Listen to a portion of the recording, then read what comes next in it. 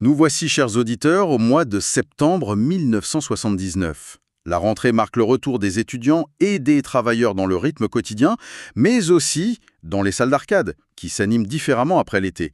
Et aujourd'hui, pour notre exploration, on va se plonger dans quelques pages d'un magazine japonais bien connu des spécialistes, Game Machine, les numéros 126 et 127. L'idée, c'est de voir un peu ce qui se passait dans les salles d'arcade au Japon, voilà, début de l'automne 79. Ah oui, Game Machine, c'est une super source pour ça. Ces numéros, c'est vraiment une photo instantanée d'une industrie qui était en pleine ébullition à ce moment-là, juste après le grand boom Space Invaders. Justement, ce boom Space Invaders, quel était le climat général pour l'industrie à cette rentrée 79? Les sources nous en disent quelque chose? Oui, alors le numéro 126 de Game Machine, il parle des conclusions d'un rapport de police daté du 1er juillet 79. Et c'est assez révélateur. Ah oui, qu'est-ce qu'il disait ce rapport? Ben, il estimait qu'il y avait à peu près 280 000 machines de jeux vidéo au Japon. Et le chiffre fou, c'est que 66%, Deux tiers? voilà, 2 tiers, c'était des jeux type Invaders. Mhm.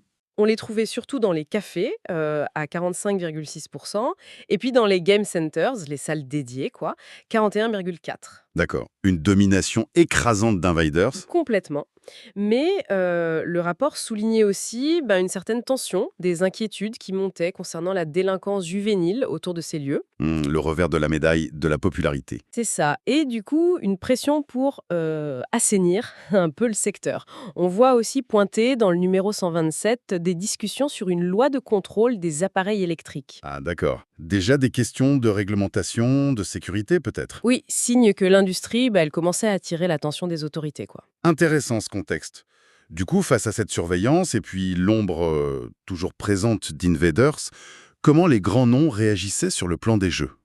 Et du côté des jeux d'arcade au Japon, que se passe-t-il en ce début d'automne? Eh bien, chez Taito, j'imagine qu'ils surfaient toujours sur la vague Invaders. Ah bah oui, complètement. Space Invaders, ça restait leur grosse locomotive, même si on entendait parler de pénurie de bornes.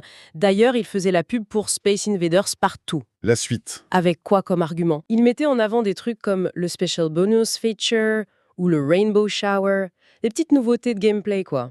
Mais ce qui est intéressant, c'est qu'ils parlaient aussi de leur groupe d'idées. Leur groupe d'idées. C'est-à-dire, En gros, pour montrer qu'ils ne faisaient pas que du Invaders, ils citaient d'autres jeux comme Field Goal ou Space Block.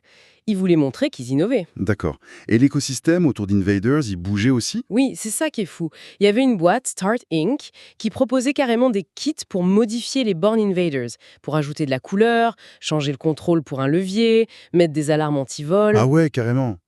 Ça montre que les bornes elles-mêmes avaient de la valeur. Exactement. C'était du matériel à rentabiliser. Et Sega alors? Dans les pubs, on voit qu'ils sont très présents. Quelle était leur stratégie? Oh là là, Sega. Oui, ils étaient hyper actifs, c'est le moins qu'on puisse dire. Ils sortaient des jeux sous licence comme Head-On qui venait de Gremlin, mais aussi leurs propres jeux, Monaco GP, un jeu de course, et Space Attack, un autre shooter spatial. Et il n'y avait pas une histoire de graphismes un peu spéciaux? Si, justement, la grosse annonce, c'était Starhawk, sous licence cinématronique cette fois. Et là, attention, graphisme vectoriel. Ils le présentaient comme un jeu spatial en 3D. Vectoriel, ça devait vraiment détonner à l'époque, non? Ah oui, c'était assez nouveau pour l'arcade japonaise. Un vrai pari technologique. Et ils se contentaient de sortir des nouveaux jeux ou... Non, non, ils étaient malins.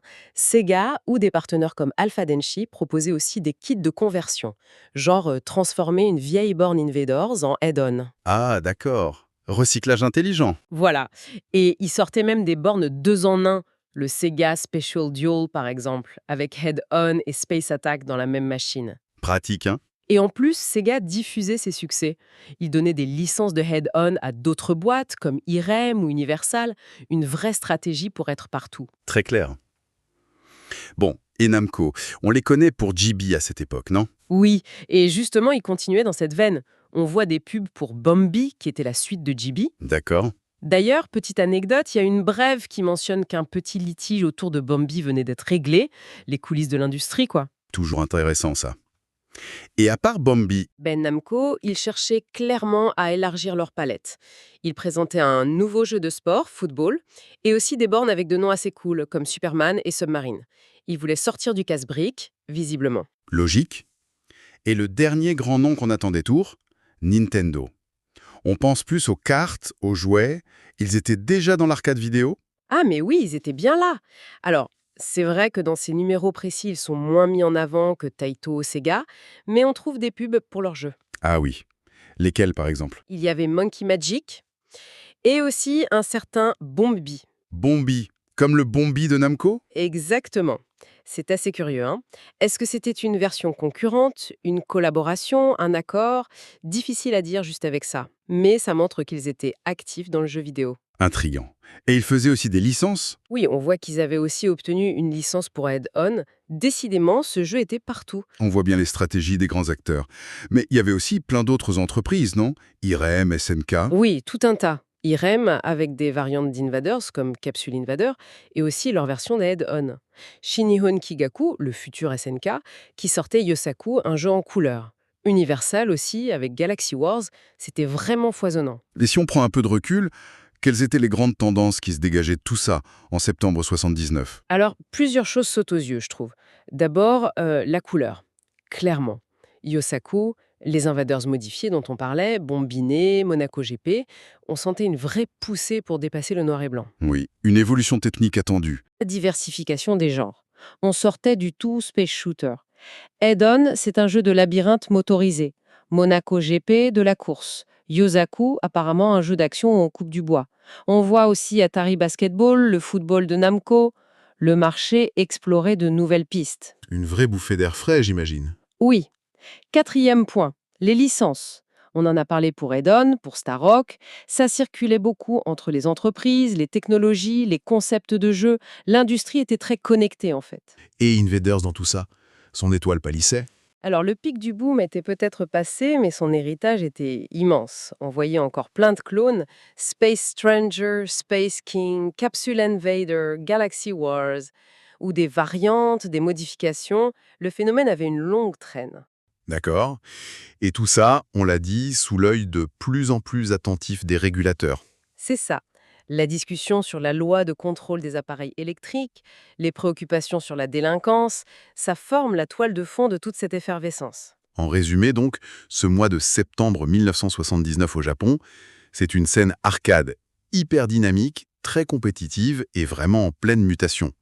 Le succès monstre d'Invaders est encore là, mais à côté on voit éclore la couleur, les graphismes vectoriels, plein de nouveaux genres de jeux. C'est une excellente synthèse. C'est vraiment une période charnière.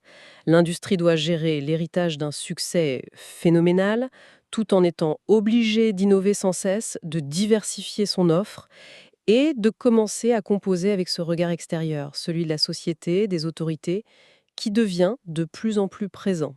Ce qui nous amène peut-être à une dernière question pour nos auditeurs. En voyant cette tension qui existait déjà en 1979 entre l'énorme popularité des salles d'arcade et ses inquiétudes sociales, notamment vis-à-vis des jeunes, comment est-ce que cette friction précoce a bien pu façonner la perception et même le développement du jeu vidéo dans les années, les décennies qui ont suivi? Voilà une piste de réflexion.